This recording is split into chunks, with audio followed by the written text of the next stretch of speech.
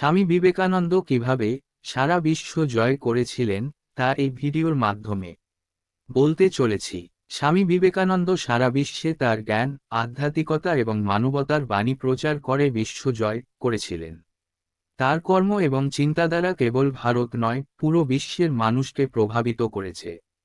তিনি মূলত যেসব কারণে বিশ্ব জয় করতে পেরেছিলেন তা হল: শিকাগো ধর্ম মহাসভায় তার বক্তৃতা 1893। স্বামী বিবেকানন্দ শিকাগো ধর্ম মহাসভায় আমার আমেরিকান ভাই ও বোনেরা বলে শুরু করা বক্তৃতায় ধর্ম, মানবতা ও সাম্যের যে বাণী প্রচার করেছিলেন তা বিশ্বকে স্তব্ধ করেছিল।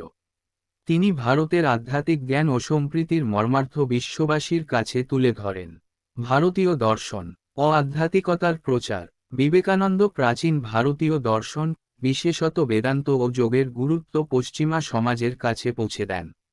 তিনি দেখান কিভাবে এই দর্শন আধুনিক জীবনের সঙ্গে সামঞ্জস্যপূর্ণ। মানবতার সেবা ও সাম্যের বাণী। বিবেকানন্দ বিশ্বাস করতেন মানুষ সৃষ্টির শ্রেষ্ঠ রূপ এবং মানবসেবাই ঈশ্বর সেবা। তিনি কেবল ধর্মীয় নয়, সামাজিক পরিবর্তন আনতে চেয়েছিলেন। তার নারায়ণ সেবা, মানুষে ঈশ্বর দেখার বাণী বিশ্বজুড়ে মানুষকে অনুপ্রাণিত করেছে। সমগ্র বিশ্বের প্রতি তার দৃষ্টিভঙ্গি। তিনি বিশ্ব একটি পরিবার এই দৃষ্টিভঙ্গি প্রচার করেন।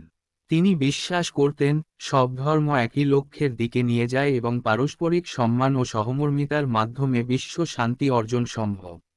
একজন আদর্শ নেতা ও প্রেরণাদায়ী ব্যক্তিত্ব। স্বামী বিবেকানন্দের বক্তব্যে সাহস, আত্মবিশ্বাস ও অনুপ্রেরণার ঝলক ছিল। তার জীবনযাত্রা, অধ্যবসায় এবং সংগ্রামের গল্প সবাইকে প্রেরণা দিয়েছে।